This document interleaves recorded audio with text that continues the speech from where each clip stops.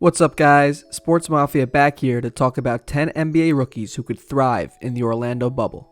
But before we get started, please click the icon in the bottom right corner of this video to subscribe to this channel. After you subscribed, please comment "I subscribed," and we promise we will personally reply to your comment. Thank you, and let's get started. Number 10 is Brandon Clarke of the Memphis Grizzlies. A high-effort, low-usage off-ball playmaker, Brandon Clarke perfectly fills a need role for the Memphis Grizzlies. He should continue to thrive moving forward as long as he's recovered from that quad injury that knocked him out during February. Clarke's athleticism and coordination work well for finishing and line driving, though it's his special paint touch that helped him average 20 points per 36 minutes and become more than just an energizer. With his signature one-hander and body control, Clarke has developed one of the game's most accurate floaters and runners. Building up that three-point shot will result in a major value spike for Clarke. Regardless, he figures to keep finding ways to make plays without needing dribbles or featured touches. Number 9 is Luguentz Dort of the Oklahoma City Thunder. Undrafted out of Arizona State, Luguentz Dort now has a multi-year NBA contract and a role for Oklahoma City in the bubble.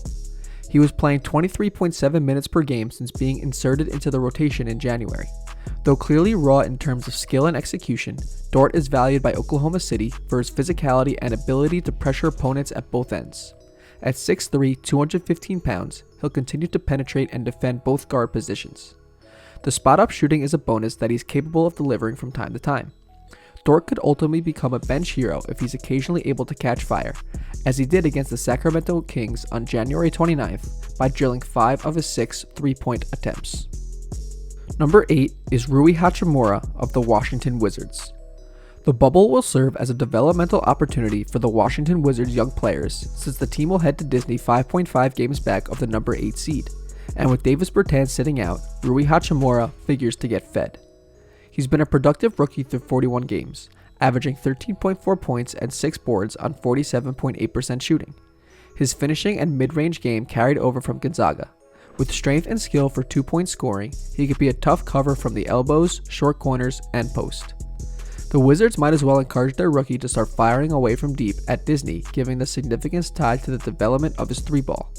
Hachimura has only hit 23s at a 27.4% clip, and he's had trouble defensively, but he seems to have a better chance at improving his shooting range based on his shorter jumpers and 82.9 free throw percentage.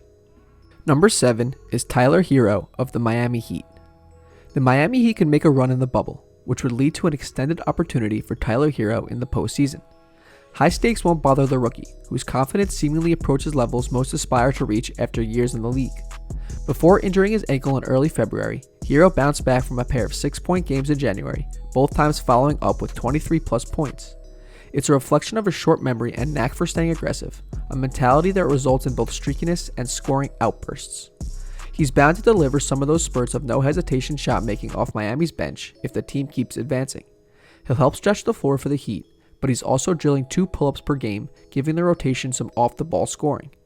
Before the shutdown in March, Herro was averaging 12.9 points on 39.1% shooting from 3. Number 6 is Cameron Johnson of the Phoenix Suns. Kelly Oubre Jr.'s torn meniscus opens the door for Cameron Johnson. One of college basketball's elite scorers a year ago, he hasn't had any trouble transitioning to the NBA's arc. He's buried 91 threes in 49 games at a 39.7% clip while averaging 20.3 minutes per contest, and his minutes seem likely to increase without Oubre when the NBA season resumes. The Suns will need another shot maker, and Johnson can give them one who's a low-maintenance 24-year-old and a fitting complement to featured scorers Devin Booker and DeAndre Ayton. They could use the extra spacing, and Johnson ranks in the 82nd percentile out of spot-up situations. Number 5 is Ja Morant of the Memphis Grizzlies. If Ja Morant's rookie season to date represents his floor, he could be an all-star by 2020-21, particularly because his stats haven't been empty. He's led a young Grizzlies team into the playoff picture, and he figures to continue putting pressure on defenses with his open floor speed, shiftiness off the dribble, crafty finishing package, and passing with both hands. Pre-draft questions about his jumper and thin frame have been quickly squashed by Morant's functional athleticism, skill execution for creating and converting around the basket, vision, and comfort level shooting when set.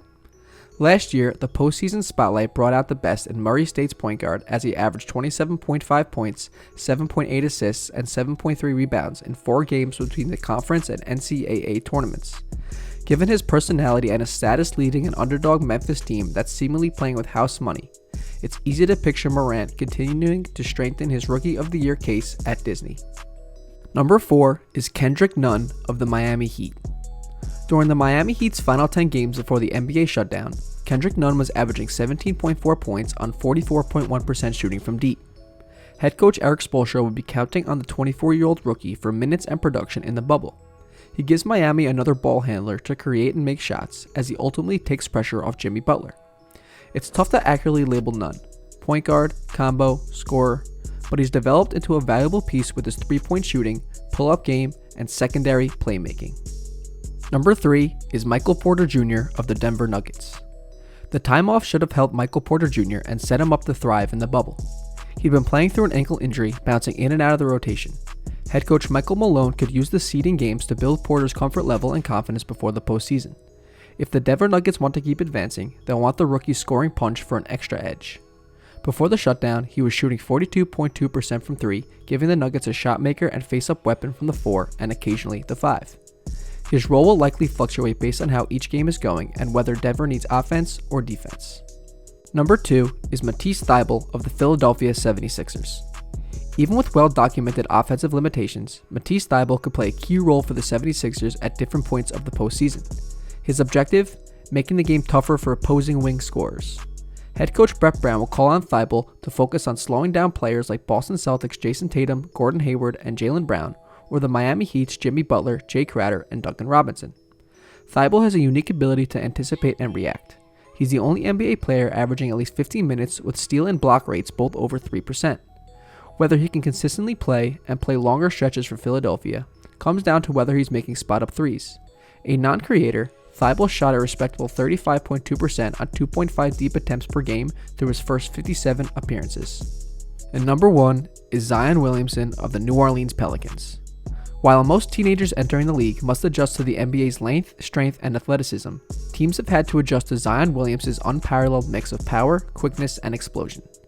He missed his first 44 games as a rookie and still put up similar stats to the ones he logged at Duke once he registered the highest player efficiency rating in a decade of college basketball. Time off didn't bother Williamson months ago before his eventual pro debut, and it won't affect him heading into the bubble either, particularly since he hasn't had any injury to focus on rehabbing. Healthy, refreshed, and presumably anxious given his signature competitiveness, Williamson could look even scarier to opponents in the bubble, and as we saw from January to March, he won't need a jump shot to dominate. That's it for today's Sports Mafia video. Thank you for watching. If you like this video and want to see more Sports Mafia content, click the circle subscribe button so you never miss a single video. Hope you enjoyed.